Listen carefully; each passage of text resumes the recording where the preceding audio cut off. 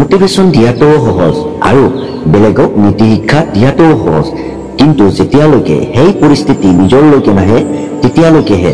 কাৰণ যদি আমাৰ চেম পৰিস্থিতি আমাৰ লগত আহে তেতিয়া সেই নীতি শিক্ষা বা আমি পাহৰি যাওঁ, কিন্তু বেলেগক আমি জ্ঞান দি থাকোঁ। ধৰক মোকে কৈ আছোঁ, মইতো মটিভেশ্যনলৈ ভিডিঅ' বনাওঁ, কিন্তু কথাটো হ'ল কিছুমান সমস্যা যদি মোৰ ক্ষেত্ৰতো আহে তেতিয়া জানো এইবিলাক বস্তু মই মানিমনে? মানিব লাগিব।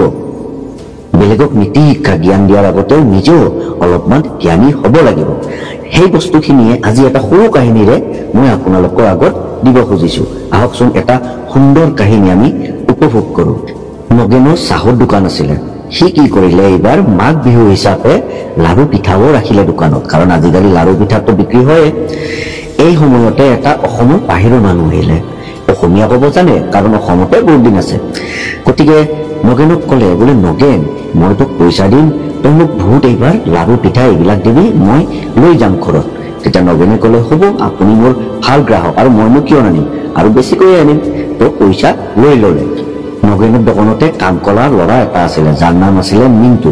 নগেনে ক'লে মিণ্টুক, বোলে এইখিনি লাৰু পিঠা মই তোক বাৰ্থডে দিছোঁ, আৰু এইটো এড্ৰেছ হয়, এই লাৰু পিঠাখন তই সেই মানুহজনৰ ঘৰত দিয়া আৰু ধুনীয়াকৈ লৈ যাবি। মিণ্টুৱে ক'লে, ঠিক আছে।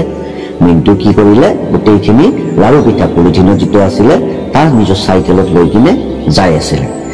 ভিতৰুৱা ৰাস্তা আছিলে, ৰাস্তা সিমান এটা ভাল নাছিলে, খাল বাম আছিলে এনেকুৱা। তো চাইকেলেৰে যেতিয়া গ'ল, অলপমান খালত পৰি কিনে সি বেলেঞ্চ নোহোৱা হ'ল চাইকেলখনৰ, আৰু পলিথিনটো তলত পৰি গ'ল। মিণ্টুৱে যেতিয়া পলিথিনটো খুলি চালে, দেখিলে যে তাৰে কিছুমান পিঠা ভাঙিছে, লাৰুও ভাঙিছে। মিণ্টুতো এতিয়া চিন্তা হ'ল, কাৰণ এইখিনি বস্তুটো সি গ্ৰাহকক দিব, এতিয়া গ্ৰাহকে লয় নে নলয়, সি বহুত চিন্তাত পৰিল। পইচাটো নাছিলে তাৰো যে পইচা দিব, কিবা দিব। সি কি কৰিলে, মালিকক ফোন কৰিলে আৰু গোটেইখিনি কথা ক'লে। মালিকে ক'লে, বোলে মই একো নাজানো, মই যেনেকৈ তোক দিব দিছোঁ সেনেকৈ গ্ৰাহকে পাব লাগিব, আৰু যিখিনি অলপমান পইচা বাকী আছে তই মুঠৰ ওপৰত লৈ আহিব লাগিব, বাকী তই যি কৰা কৰ। এতিয়া মিণ্টুৰ আৰু খং উঠিলে, নিজৰ ওপৰতো আৰু ভাগ্যৰ ওপৰতো, কিন্তু দুখ কৰি আছিলে, কান্দিব ধৰিলে। সেই সময়তে তাৰ কাষত এজন মানুহ গাড়ী লৈ আহি আছিলে। আহি কিনে তাক সুধিলে, বোলে তই কিয় কান্দি আছা ইমান? যে মিণ্টুৱে ক'লে, বোলে দাদা, মইতো দুখীয়া ঘৰৰ ল'ৰা হয়, মই বস্তুখিনি এটা গ্ৰাহকক দিব আহিছিলোঁ, এই লাৰু পিঠা, কিন্তু পৰি গ'ল, মোৰ দোষ নাই তাত। তেওঁ কেইখনমান পিঠা আৰু লাৰু ভাঙিছে, এতিয়া গ্ৰাহকে লয় নে নলয় মইতো নাজানো। ইফালে মালিকক ফোন কৰিলোঁ, মালিকে কৈছে যেনেকৈ কি নহওক বস্তুখিনি দিব লাগিব আৰু পইচাখিনি লৈ আহিব লাগিব, কিন্তু গ্ৰাহকে জানো ৰাখিব এই ভাঙিছে যিখিনি পিঠা বা লাৰু? তেতিয়া মানুহজনে ক'লে, হাৰে কিয় নাৰাখিব, তই একবাৰ গ্ৰাহকক যাইতো চা, গ্ৰাহকে নিশ্চয় ৰাখিব, কাৰণ কেইখননো পিঠা ভাঙিছে, আৰু ভাঙাই হওক বা চিধাই হওক লাৰু পিঠাটো মানুহৰ পেটতে যাব, এনেও খালেতো সি ভাঙিবই লাগিব, তাতনো কি ডাঙৰ কথা হ'ল, তই এবাৰ গ্ৰাহকক যাই কিনে বস্তুখিনি কৈ দে। তেতিয়া মিণ্টুৱে ক'লে, নহয় দাদা, ক'তনো ৰাখিব, আজিকালি মোক কনচা এনেকুৱা মানুহ আছে যে বেলেগৰ কথা শুনি কিনে দুখ কৰি বস্তুখিনি ৰাখিব।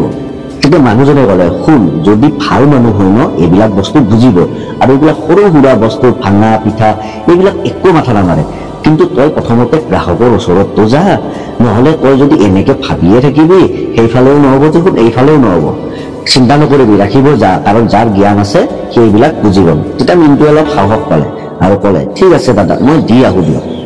প্ৰায় 2 ঘণ্টামানৰ মূৰত সেই মানুহজনৰ ঘৰত গৈ পালে যোনজনে অৰ্ডাৰ দিছিলে। তাৰপিছত কলিং বেলটোত টিপিলে, টিপাৰ লগে লগে এজন মানুহ ওলাই আহিল। মিণ্টুৱে দেখি আচৰিত হ'ল মানুহজনক।